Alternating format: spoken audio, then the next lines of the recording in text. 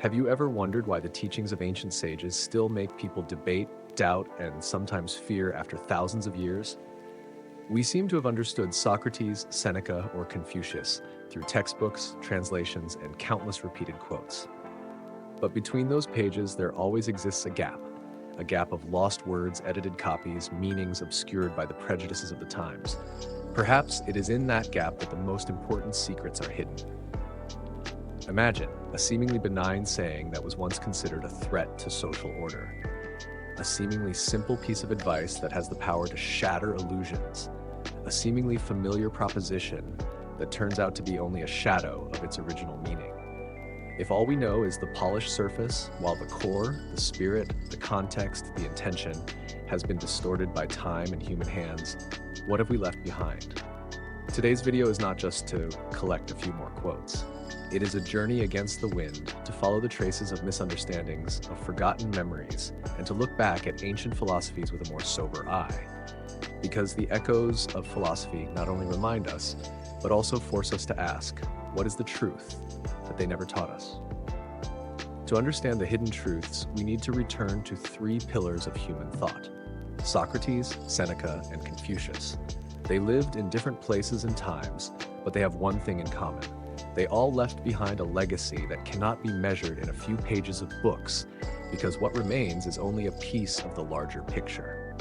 In Athens, in the 5th century BC, Socrates did not write a single line. He appeared through the words of his students, especially Plato. But Plato had his own purpose, to build his own philosophical system. So which voice is Socrates' true voice, and which is the mixture of his students? He was sentenced to death for corrupting the morals of youth, but it was his death that made him a symbol of steadfastness before the truth. Meanwhile, Seneca, the Roman Stoic, lived in a context full of contradictions. He wrote of simplicity, of overcoming fear and death, while serving in the lavish court of Emperor Nero. Only a small fraction of Seneca's letters survive. Much of his work has been lost. The debate is, did he really live as he wrote, or is it this conflict that makes Stoic philosophy more authentic? The Eastern master Confucius left his influence through the Analects, a collection of teachings transcribed and edited by generations of students. Some passages reflect the spirit of self-cultivation, others have a rigid political bent, perhaps added to serve the feudal order. So which are the true words of Confucius, and which are the echoes of those who used his name to consolidate power? 3 men, 3 backgrounds, 3 lives. But they all share the same fate. Their deepest thoughts are never passed on intact. And it is from this gap that the secret begins to emerge. The first thing that should give us pause is that the most important of the thoughts of these 3 great philosophers never reached us in their entirety. From a very early age, loss, revision, and misinterpretation began to creep into their legacy. And that was the first incident in the quest for hidden truth. Socrates is a typical example. He did not rewrite any of his works. What we know of him comes entirely from others. Plato recreates the image of a calm Socrates, asking questions to lead his interlocutors to find the truth. But is that Socrates himself, or just a tool for Plato to express his thoughts? Xenophon, another student, portrays a Socrates who is closer and more realistic, sometimes different from Plato. So which is the real Socrates? The answer is forever shrouded in the gaps of pages that never existed. Seneca is different. He wrote a lot, especially letters to friends, but over time many of them disappeared. What remains shows a contradictory Seneca, a philosopher who taught others about asceticism, but who himself lived in luxury and close to power.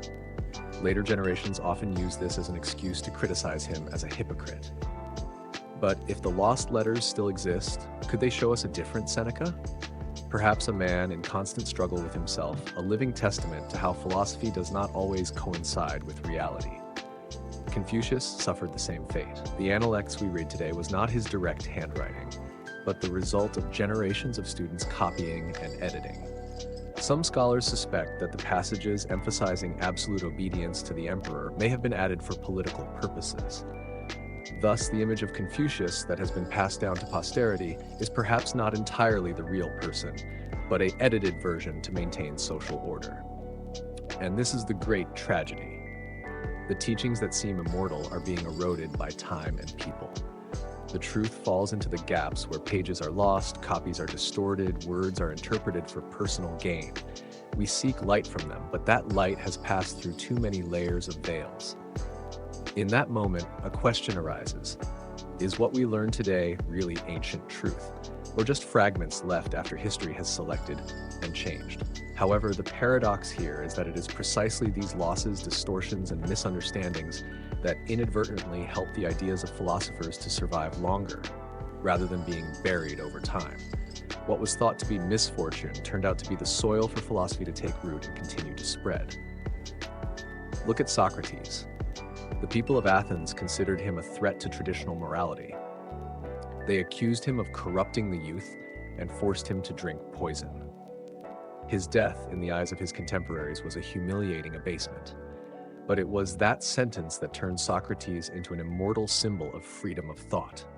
If he had not been sentenced to death, Socrates would probably have been remembered as just an ordinary teacher in the squares of Athens. His death, which seemed tragic, made him an everlasting legend. Seneca was not immune to this paradox. People often criticized him. Why did a Stoic philosopher preaching asceticism live in a luxurious palace? But it is precisely this contradiction that makes him so close to real people.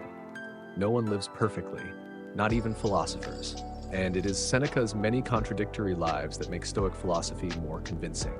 It is not just a theory on paper, but the inner struggle of a person caught between ideal and reality. Instead of damaging his reputation, this paradox makes his ideas more vital.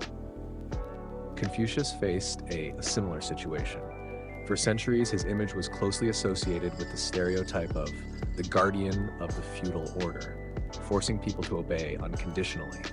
But if you look closely, his core teachings are directed towards cultivating oneself, training oneself before governing others. It is this contradiction in understanding that has opened up countless academic debates. And thanks to that, the Analects was never forgotten, but on the contrary, was reread, discussed, and reinterpreted many times. Misunderstandings, which seem to distort thought, become the reason why that thought is always alive, always renewed through each era. The common point is clear. What is considered wrong, what is considered unfortunate, is the factor that helps their philosophy not fall into silence. If all the teachings of Socrates, Seneca, or Confucius were kept intact, perhaps they would have remained in books, only quoted dryly. But because there are gaps, there are disputes, there are misunderstandings, posterity is forced to return, reflect, and ask questions continuously. Thanks to that, the philosophical spirit continues to live. This is the paradox of reversal. Loss becomes life, misunderstanding becomes a reason to learn more, tragedy becomes a symbol. What history seems to have buried, in the end, becomes the source of energy for that thought to exist forever with time. And then, after all the events, the losses, and the paradoxes, the climax comes at the moment when we realize the greatest legacy that philosophers leave behind is not in each sentence, but in their attitude towards truth, towards adversity, and towards life. Look at Socrates in his final hours. He sat in prison, holding the cup of poison, surrounded by disciples crying and begging. Yet Socrates remained calm, not the least bit afraid. He talked to his students about the soul, about immortality, then gently raised the cup to his lips. The Athenians condemned him as a sinner, but posterity saw a philosopher willing to sacrifice his life to remain faithful to the truth. The climax is not in death, but in the calmness before death, a powerful proof that philosophy is not just for discussion, but for living and dying with it. Seneca also came to a similar end. When Nero ordered him to commit suicide, Seneca did not cry or resist. He pulled out a knife, opened his own veins, and then calmly discussed death with his friends. In his last remaining lines, he saw death as an inevitable part, not a tragedy, but a liberation. At that moment, Seneca proved that Stoicism was not a far-fetched teaching, but a courageous choice to preserve dignity. He did not just write about freedom, he lived and died in freedom. As for Confucius, although he did not have a tragic death like Socrates or Seneca, his whole life was a long climax. In the midst of the chaos of the spring and autumn period, he wandered from country to country, teaching his students, sowing seeds of morality in troubled lands. He was rejected, blocked on his way, and lived in poverty. But Confucius never stopped teaching, never lost faith in the value of humanity. His climax was not in a single moment, but in a lifetime of steadfastness to his ideals, despite all the hardships. All these endings, a death by poison, a death by knife, a wandering life full of challenges, all lead to the same point. The truth can be misunderstood, the teachings can be truncated, but the steadfast spirit is indestructible. It is that spirit that is the immortal legacy, surpassing all the limits of time. The climax concludes with a realization. Loss and misunderstanding cannot stop the vitality of philosophy, but on the contrary, they make philosophy more alive, more approachable. Socrates, Seneca, Confucius, three men from three civilizations, finally converge on one common point. They prove that philosophy is not just a theory, but a way of living, a way of dying, and a way of sowing seeds for future generations. And the biggest takeaway is this: whether we read the original or only fragments, whether we understand it rightly or wrongly, the real power lies in the uncompromising pursuit of truth. That is the profound echo they leave to humanity. When we look back at the journeys of Socrates, Seneca, and Confucius, we see one thing clearly. The greatest value lies not in the words that remain, but in the spirit of their life and philosophy. This is a profound reminder for us today in a world full of information, but also full of chaos and deception.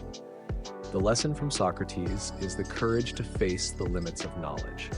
The statement, "I only know that I know nothing," is not self-deprecation, but an attitude against arrogance and the illusion that we know everything. In an age where everyone can speak up, share, and assert their views with just a click of a mouse, this lesson becomes even more valuable. It reminds us that true wisdom begins with knowing how to doubt ourselves, knowing how to listen, and knowing how to ask questions. Seneca teaches us to look at death to know how to live. He sees death not as an enemy, but as a necessary part, a liberation.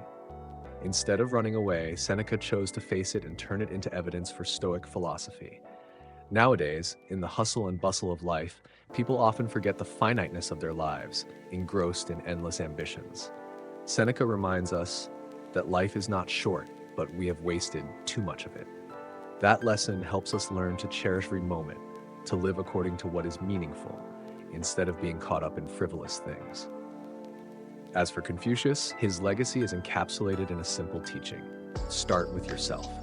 The gentleman seeks from himself, the petty man seeks from others. This is not only a moral admonition, but also a motto for living responsibly. Instead of blaming, instead of waiting for change from the outside, Confucius advises us to practice and cultivate ourselves.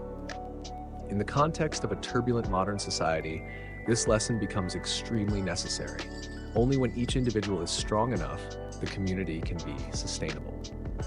The common point that all three sages left behind was the spirit of pursuing the truth despite difficulties. The truth may be lost, the teachings may be distorted, but the spirit remains eternal. That is the secret they left us. Not a fixed formula, but an attitude to life. Daring to ask questions, daring to face death, daring to start from oneself. Perhaps this is what has never been taught. The truth is not in the words we try, but in the way we live with unanswered questions. If you have come this far with us, you must have sensed that philosophy is not just old pages or repeated quotes. It is an echo through time, a secret that sometimes lies not in words, but in the attitude of life, in the spirit of uncompromising pursuit of truth. So, of the three sages that we have explored today, Socrates, Seneca, and Confucius, who left the strongest impression on you? Is it Socrates' calmness before death, Seneca's steadfastness in his final moments, or Confucius' profound reminder of self-cultivation? Share your thoughts in the comments section. Who knows? Your answer may become the next echo, helping someone else find inspiration to change their life. If you find this video gives you a new perspective, don't forget to click like to support and subscribe to Echoes of Philosophy channel to continue to accompany you on other journeys to explore other mysterious philosophies. We will meet again in the next video where other secrets of ancient philosophy